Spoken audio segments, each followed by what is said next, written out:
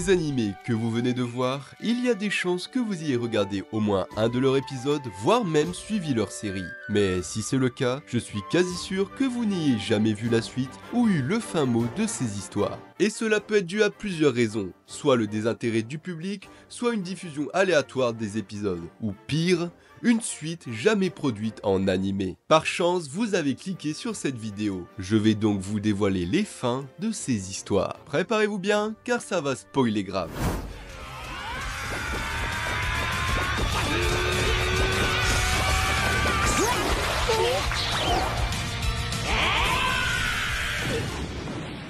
Vous avez sûrement déjà vu passer ce crossover en 2013 entre Luffy, Goku et Toriko qui se mettent sur la tronche. C'est dire l'impact et la popularité qu'avait la licence à ce moment-là, qui était déjà comparée à Bleach et Naruto. C'est nul autre que 41 millions d'exemplaires vendus durant sa parution. Mais ne nous mentons pas, son adaptation en animé de 2011 à 2014 a grandement aidé à la popularité de Toriko. Pour ceux qui découvrent l'œuvre avec cette vidéo, voici un court résumé de son histoire. Dans un univers où les mets exquis et les ingrédients légendaires règnent en maître, nous suivons Toriko, un gourmet hunter célèbre pour sa force surhumaine et sa capacité à traquer des créatures rares. Son objectif est de rassembler les ingrédients parfaits pour composer son menu ultime. Pour préparer ces fameux mets, notre héros est accompagné de Komatsu, un jeune chef talentueux mais timide qui admire profondément les compétences de Toriko et compte l'aider à élaborer son menu. Le duo parcourt donc des terres hostiles et inexplorées en affrontant de puissantes créatures. Mais ce n'est pas tout. Toriko doit aussi faire face à des chasseurs rivaux voulant eux aussi des ingrédients exceptionnels. Mais surtout, combattre la malveillante organisation gourmet qui cherche à exploiter la faune et la flore pour des desseins sinistres.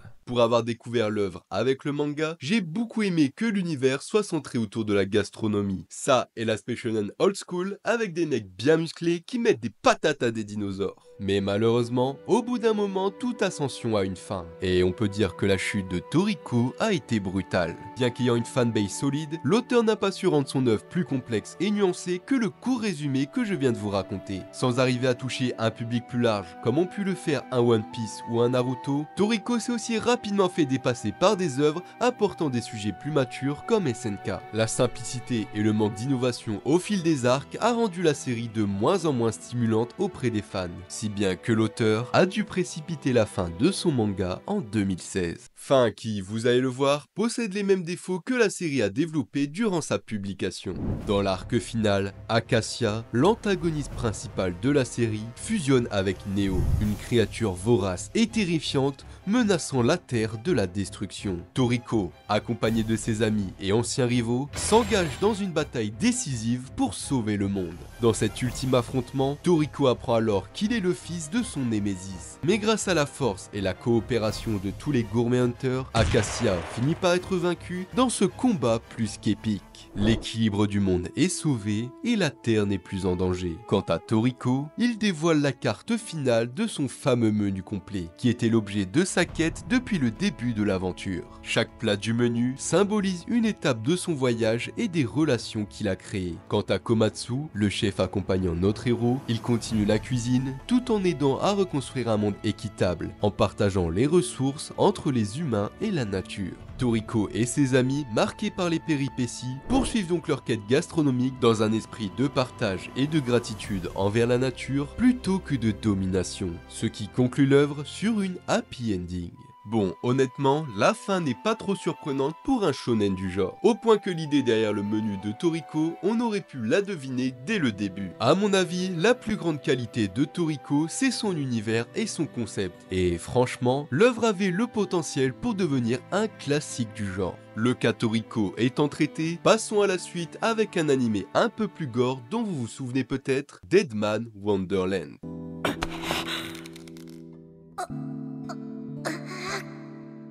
ガンタがすごいのはね。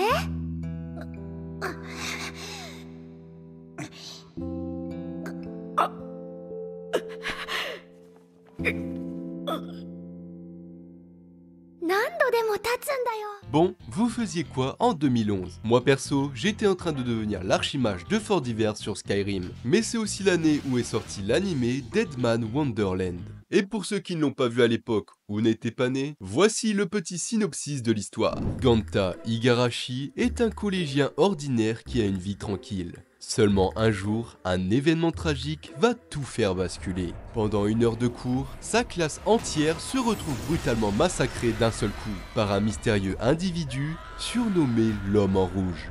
Ganta, qui demeure le seul survivant, est donc accusé à tort de ce funeste massacre. Jugé et condamné à mort, il est alors envoyé à Deadman Wonderland, une prison privée, mais aussi un cruel parc d'attractions où les détenus sont forcés de participer à des jeux mortels pour divertir le public. Cependant, ce lieu cache bien plus qu'une simple prison. Là-bas, Ganta va vite découvrir qu'il possède un étrange pouvoir, lui permettant de manipuler son propre sang pour en faire une arme. Ouais, c'est le même pouvoir que Power dans Chainsaw Man. D'ailleurs, j'ai fait une vidéo qui raconte l'histoire du manga. Si vous voulez aller la voir, cliquez sur la fiche en haut à droite, après avoir fini cette vidéo, bien évidemment. Quoi qu'il en soit, ce mystérieux pouvoir fait de Ganta ce qu'on appelle un Deadman. Un détenu particulier soumis à des combats sanglants appelés les Carnival Corps.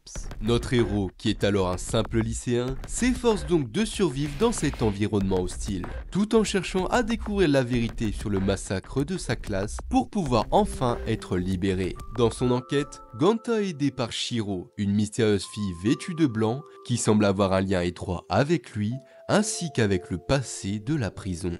Avec un univers aussi sombre, il est rare qu'un animé puisse toucher le grand public. Preuve en est que le manga a eu du mal à dépasser les 4 millions de ventes. Néanmoins, l'anime a été très populaire chez nous, mais aussi aux États-Unis. Seulement, il n'y a eu qu'une seule saison adaptée en animé, laissant toute l'intrigue en suspens pour les fans. Et en effet, il n'est pas rare à l'époque d'avoir un animé qui sert uniquement à promouvoir le manga. Donc si vous vouliez la suite, pas le choix, fallait acheter le manga. Par chance, je vais vous épargner ça aujourd'hui et vous dévoiler la fin de Deadman Wonderland.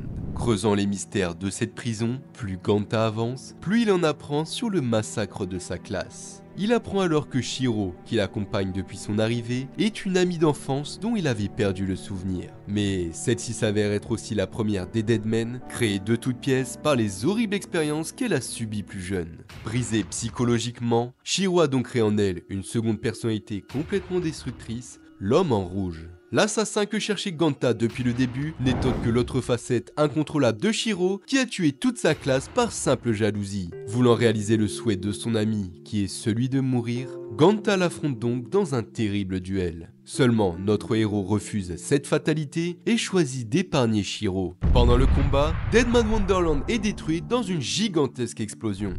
Plusieurs années plus tard, Ganta innocenté reprend enfin sa vie d'avant, bien que toujours marquée par son passage dans cette prison. Shiro, elle, demeure toujours inconsciente, mais reçoit quotidiennement la visite de Ganta, jusqu'au jour où elle finit par ouvrir les yeux, ce qui présage le début d'une nouvelle vie ordinaire, ensemble pour nos héros. C'est ainsi que s'achève Deadman Wonderland. Vous avez donc la conclusion de cet animé qui a plus de 10 ans. À présent, on enlève le sang et le milieu carcéral pour faire un petit tour du côté des comédies romantiques avec Nisekoi.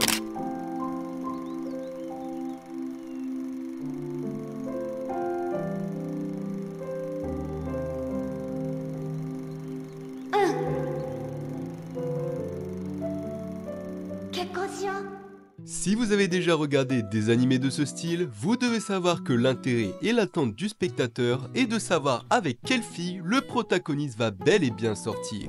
Et justement, en 2014 quand Nisekoi est sorti en animé, ça a été le sujet de nombreux débats sur internet. Ce qui a rendu l'œuvre assez populaire au point que le manga se soit vendu à 12 millions d'exemplaires. En guise de comparaison, Rent a Girlfriend, qui est un manga actuel du même genre, est vendu autour des 10 millions. Je vous laisse imaginer l'impact que Nisekoi a eu à l'époque. Mais il est à présent temps de vous parler de son histoire. Raku Ichiju est un lycéen ordinaire, si ce n'est qu'il est le digne héritier d'une famille de Yakuza. Depuis petit, Raku garde précieusement autour de son cou un médaillon en forme de cadenas, qui est l'objet d'une promesse faite 10 ans plus tôt avec une fille dont il n'a plus le souvenir, si ce n'est qu'elle possède la clé qui ouvre ce cadenas. Sa vie bascule alors lorsqu'il rencontre Shitoge Kirisaki, une nouvelle élève de son école à l'attitude brusque et colérique, qui s'avère être elle aussi la fille d'un gang de mafieux. Pour éviter une guerre entre les deux clans, Raku et Shitoge doivent prétendre être en couple pour apaiser les tensions entre les deux familles respectives. Cependant, Raku nourrit de réels sentiments pour son ami d'enfance Kosaki Onodera. Seulement, d'autres prétendantes liées à Raku venant de son passé vont petit à petit apparaître. La quête pour découvrir l'identité de la fille de la promesse devient donc l'intrigue principale de l'histoire, ainsi que le moteur de nombreuses péripéties à la fois hilarantes et sentimentales. Bon, maintenant qu'on en sait un peu plus sur l'histoire, vous vous demandez sûrement pourquoi Nisekoi, malgré sa popularité, n'a pas réussi à perdurer. Eh bien, tout simplement parce que son intrigue tient juste sur une clé et un cadenas. Seulement, pour faire en sorte que la série ne se finisse pas en 2 tomes, il a fallu ajouter toujours plus de nouveaux personnages et ralentir la progression dans l'histoire au maximum. Comptez à cela que la 2e saison de Nisekoi n'a pas eu le même succès que la première, et ça donne une œuvre qui s'oublie rapidement, surtout sans de nouvelles suites en animé annoncées. Mais ne vous en faites pas, je remédie à ça tout de suite en vous dévoilant la fin. Dans les derniers chapitres de Nisekoi, le mystère autour de la promesse et du pendentif est enfin résolu. Il est révélé que la promesse avait été initialement faite entre Raku et Onodera, bien que leurs souvenirs soient confus. Cette révélation confirme donc que Onodera, la fille qu'il aime depuis le début, est aussi celle qu'il recherchait. Mais notre héros réalise alors que ses sentiments actuels sont pour Shitoge, dont il est tombé amoureux après des années de relations ambiguës. Et cela, Onodera l'a bien deviné. Même si elle aime Raku, elle ne veut pas qu'il soit malheureux avec elle. Onodera le libère donc de cette ancienne promesse. Raku, après ces révélations, avoue finalement son amour à Shitoge. De son côté, celle-ci a aussi développé des sentiments pour lui, mais a longtemps hésité à les exprimer en raison de son caractère impulsif et de la complexité de leur relation. Raku et Shitoge finissent donc ensemble, et ce n'est que quelques années plus tard, après la fin de leurs études, que les deux amoureux décident de se marier, scellant leur amour par un ultime baiser. C'est là-dessus que se conclut le manga Nisekoi après 25 volumes et des années de publication. On a beau dire ce qu'on veut de la fin, l'auteur a eu l'audace de faire un choix pour son protagoniste, quitte à décevoir une partie des fans. D'ailleurs, si vous avez suivi la série à l'époque, n'hésitez pas à me dire ce que vous avez pensé de cette fin dans les commentaires. Passons à présent à une œuvre culte avec beaucoup d'action, mais qui cache aussi une intrigue amoureuse. Je veux parler de City Hunter. 5, 1, 4, 3,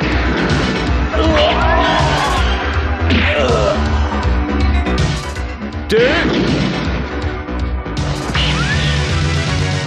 1, 0. Plus connu chez nous par le nom de Nicky Larson, City Hunter est devenu culte en étant diffusé dans le fameux Club Dorothée aux côtés de Dragon Ball ou encore Senseiya. Même si le doublage français de l'époque n'a pas su vraiment le retranscrire, City Hunter est un habile mélange d'action, d'humour et de drame, qui a donc autant touché au Japon qu'à l'international. Contrairement aux animés que je vous ai présentés jusque-là, City Hunter n'a jamais eu vraiment de grosses baisses d'intérêt, bien qu'ayant tout de même un âge d'or dans les années 80-90. Pour vous donner des chiffres, l'œuvre a écoulé un total de 50 millions d'exemplaires. En comparaison, un succès comme Death Note, c'est plus autour des 30 millions. Et pour ceux qui ne connaîtraient pas encore City Hunter, voici un court résumé. Ryo Saeba est un détective privé et mercenaire, plus connu dans le milieu sous le nom de City Hunter.